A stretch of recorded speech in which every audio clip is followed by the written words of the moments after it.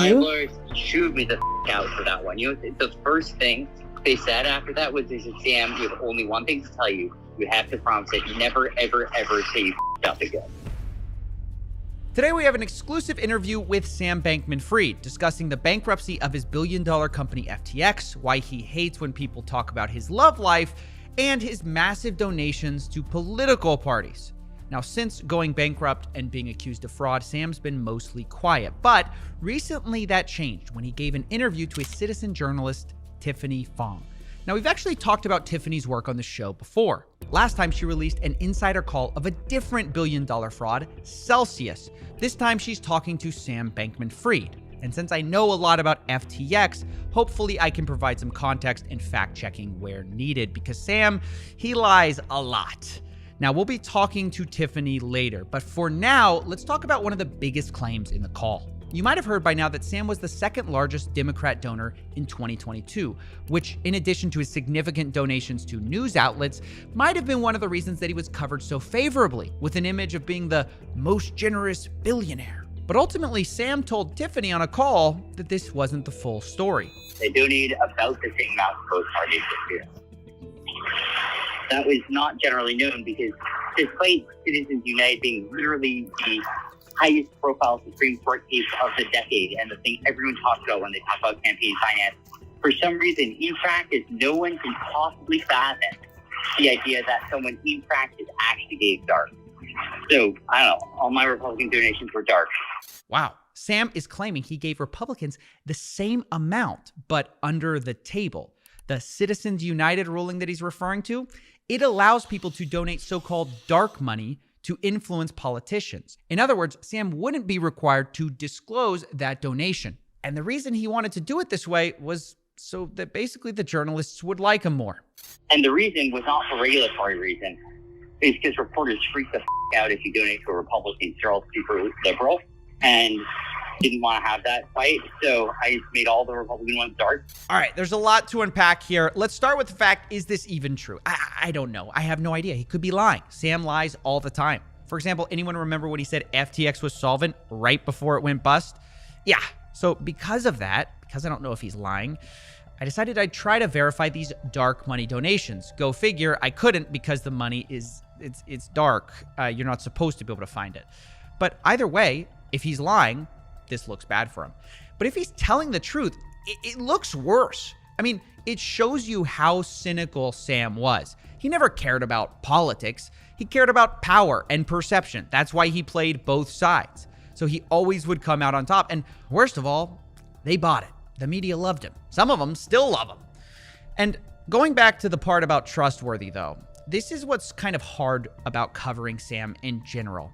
Everything has an asterisk or a question mark next to it because, unfortunately, Sam is very biased against not going to jail. He wants that to be the outcome here. So everything we talk about needs to be viewed through that lens. So for the next part of this call, I want to talk about an example of how Sam lies and obfuscates the truth, because so much of it is about trying to craft an image with Sam. Obviously, we just talked about how he tried to craft an image of being this generous billionaire, but after the FTX blow up, well, he can't be that anymore. What's the new image? Well, instead of being a fraud, the new image is a smart guy who made an embarrassing mistake. And you'll hear that in how he answers this next question, which is essentially talking about the backdoor in FTX, which was used to defraud customers. And pay attention to how he answers it. See, I mean, I feel like there was something about a backdoor that allowed you to execute commands that could alter the company's financial records without alerting others.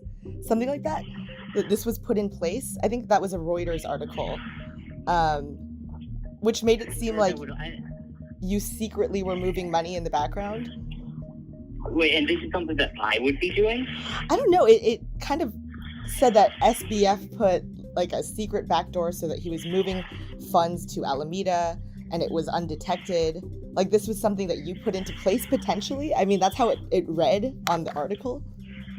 Well, that's interesting. So that I can tell you is definitely not true. Okay. I don't even know how to code, is the honest, embarrassing answer. So I certainly wasn't like building some backdoor in the system. I could barely use the system. That's not true. I knew this system pretty well from a user interface perspective. But I literally never have opened the code base for it. So for any of FTX. So I certainly didn't build a backdoor in there, and I don't know exactly what they're referring to. I find this response to be so telling because Sam is lying here while telling the truth. I mean, it is technically correct that he didn't build the backdoor in FTX for Alameda, but he wasn't even the person accused of building it because it turns out Tiffany had misremembered the Reuters article. It wasn't Sam. It was Sam's right-hand man, Gary Wang, who was accused of building it.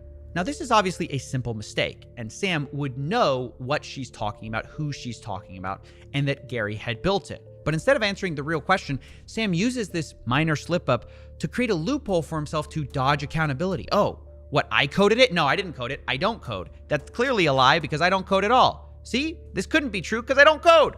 And he frames everything as this preposterous idea while full well knowing that his partner is the guy who built it. And he uses it to dodge the part of the story where he stole money and springboards into the part where he can sell his preferred narrative, that he just made an embarrassing mistake.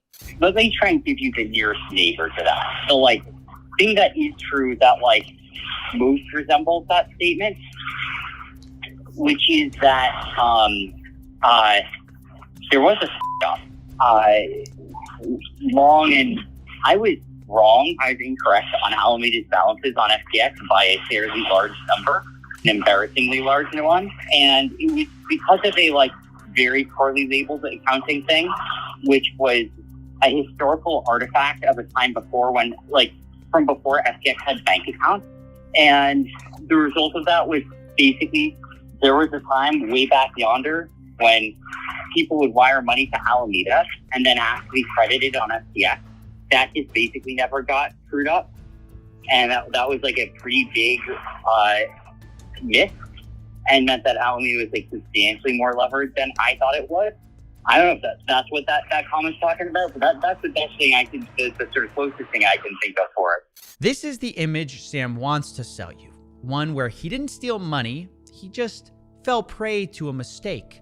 A historical artifact, an accounting error. Honestly, sounds like it could happen to anyone. You forget you had that number in the spreadsheet and oops, it turned out to be $8 billion of your customers' money. Now, he's not explicit about what this accounting error was, but I can guess based on what he said, because back in the day, FTX didn't have a bank account for customer funds, so they had customers wire money to Alameda Research, their sister company, instead of FTX, and FTX would then just credit that money to their customers' accounts. So I'm guessing Sam's explanation here is that they mislabeled those incoming funds to Alameda as Alameda's funds, and then somehow forgot that they owed those FTX people their money. It's just a number on a website somewhere. When they go out to cash it out, all of a sudden it's like, well, oh, I thought that was Alameda's money. That's the strongest defense I can maybe think of here, that, oh, we had this complicated accounting system that was confusing and we screwed up. Oopsie doopsie, we lost $8 billion. And crucially, you'll notice that Sam's explanation requires no amount of fraud or stolen money. It's just a poorly labeled account. It's an embarrassing mistake. And we even saw this end up on one of Sam's internal spreadsheets as a, quote, hidden, poorly internally labeled fiat account, which he says actually explains most of this story. This whole long saga of it. And then there's a dumb account that we labeled confusingly 4 years ago. And that was 2/3 of the whole saga. Now, this has to be one of the most transparent dog ate my homework excuse, just in the world of high finance. You know, I mislabeled an account. I just accidentally labeled your money as my money. Oops. Sorry, guys. Lost $8 billion there. Didn't mean to do that. I mean, again, this is me reading into what he's said here about why he lost it. We still don't know exactly what this internally labeled account is. I'm just trying to give the best explanation from the available evidence. But either way, Sam claims that even despite all of this, the real mistake was actually declaring bankruptcy in the first place. Because without it, well, things would kind of be fine. And then the saga ends, and I honest to God believe if I hadn't filed for bankruptcy, all users would be whole and withdrawals would be on FTX right now. And not just US, international as well. And I might still get there. We'll see. I don't know. It might happen, it might not. But I 8 minutes after I filed for bankruptcy, $4 billion more came in of liquidity. Are you able to add it to the estate?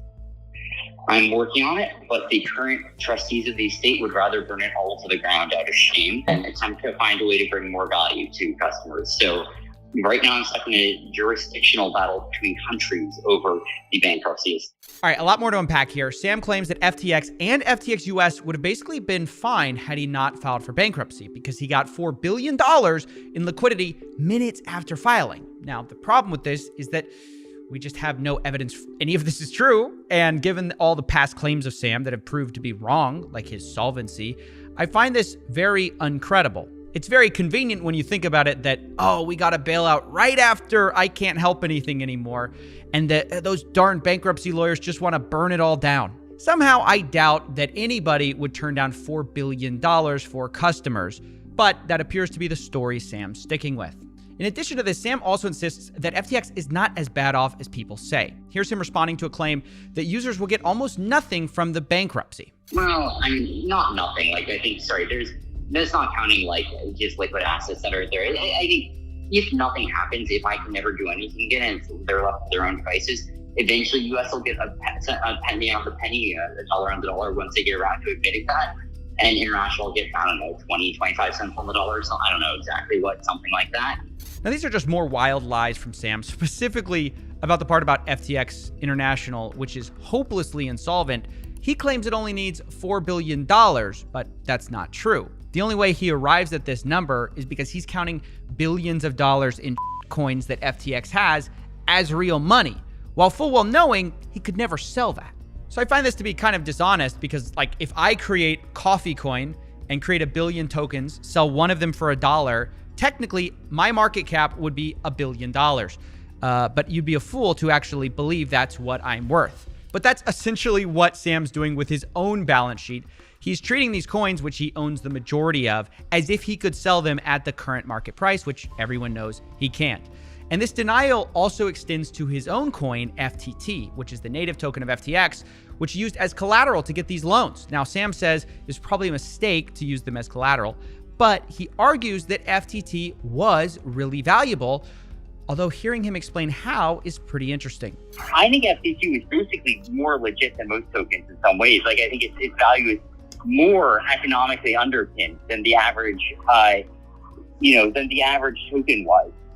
That being said, why do you feel that way? Wrong. Because like the buy and burn, like, it's not just like a token that like does nothing. Like, at least it does something. Now, I'm kind of speechless here. Sam seems to be suggesting that his token doesn't do nothing, therefore is justifiably worth $1 billion. This is despite the fact that he created it from thin air and owned most of the tokens.